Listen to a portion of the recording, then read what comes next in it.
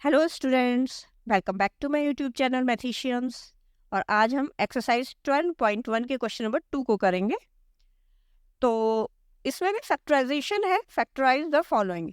पर जो क्वेश्चन 1 था उसमें हम मोनोमियल्स के फैक्टर्स कर रहे थे, ठीक है ना। मोनोमियल्स और बाइनोमियल्स आप समझते ही होंगे, ठीक है ना। ये है बाइनोमियल्स, क्लियर। तो अब हमें बाइनोमियल्स के फैक्टराइजेशन करने हैं, तो ये किस तरह से करेंगे अब हम समझते हैं।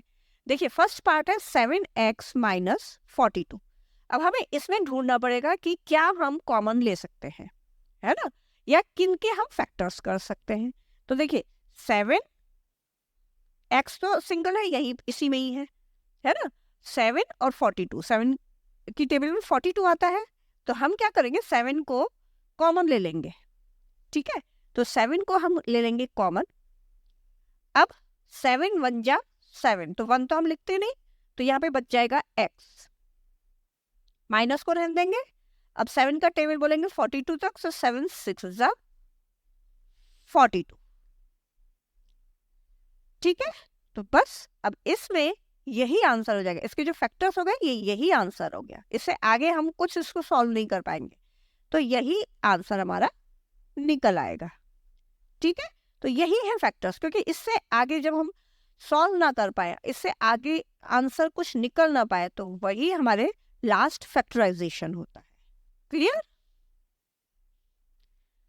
अब सेकंड पार्ट में देखिए, है ना, ये भी बाइनोमियल है, 6p माइनस 12q, क्लियर। तो अब इसमें p और q इन दोनों में अलग अलग है, लेकिन 6 और 12 ये दोनों में ऐसा है कि जो दोनों में टेबल में जाएगा। तो हम क्या करेंगे, 6 को अगेन कॉमन लेंगे, तो 6 1 जा 6, तो 1 लिखेंगे नहीं, तो p बच जाएगा यहाँ पे।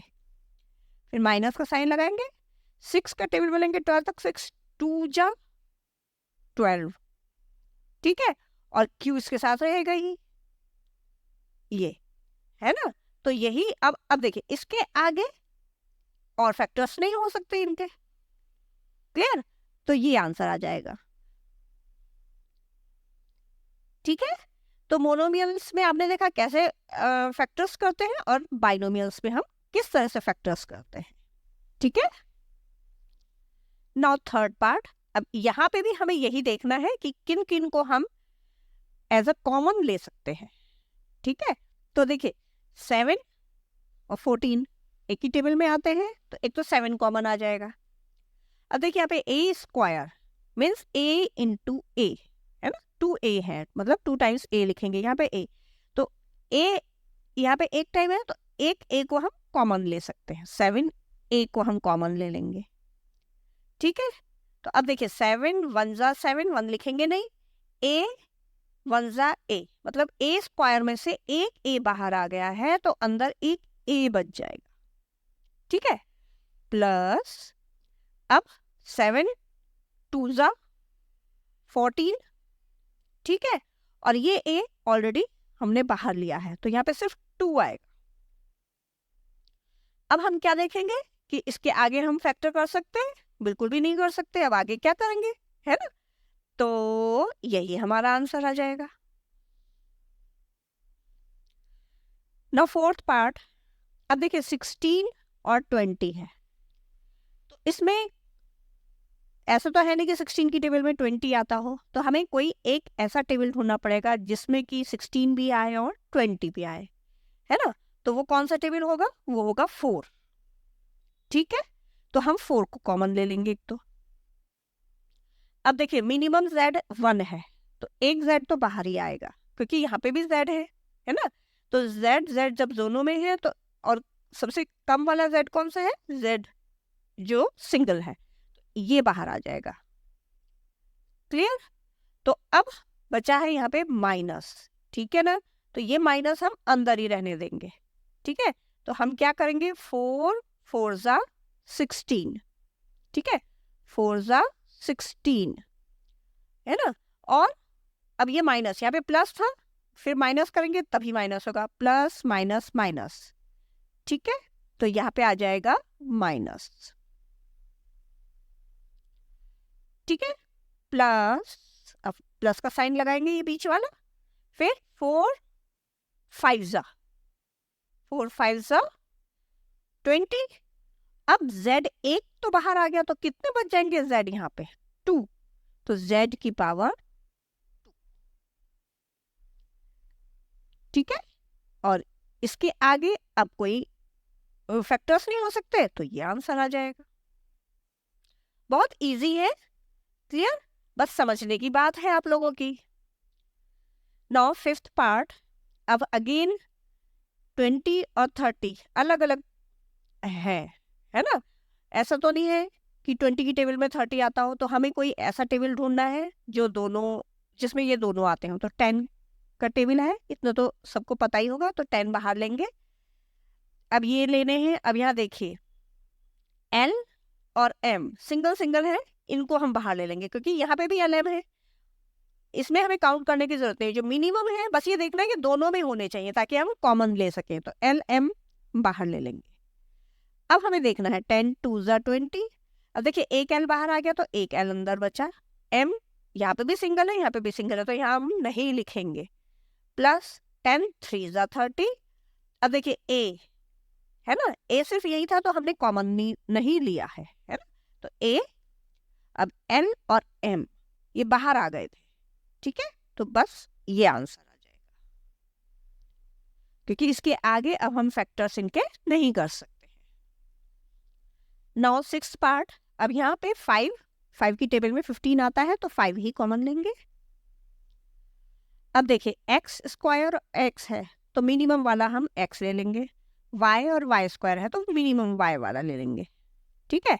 अब देखिए 5 1 जा 5, x स्क्वायर ये x है तो एक x आ जाएगा, y 1 जा y तो y बाहर ले लिया हमने, ठीक है। अब यहाँ पे 5 3 जा 15, x बाहर आ गया, यहाँ पे y की पावर 2 है, y तो y आ जाएगा, एक y एक्स्ट्रा है, बस ये आंसर आ जाएगा।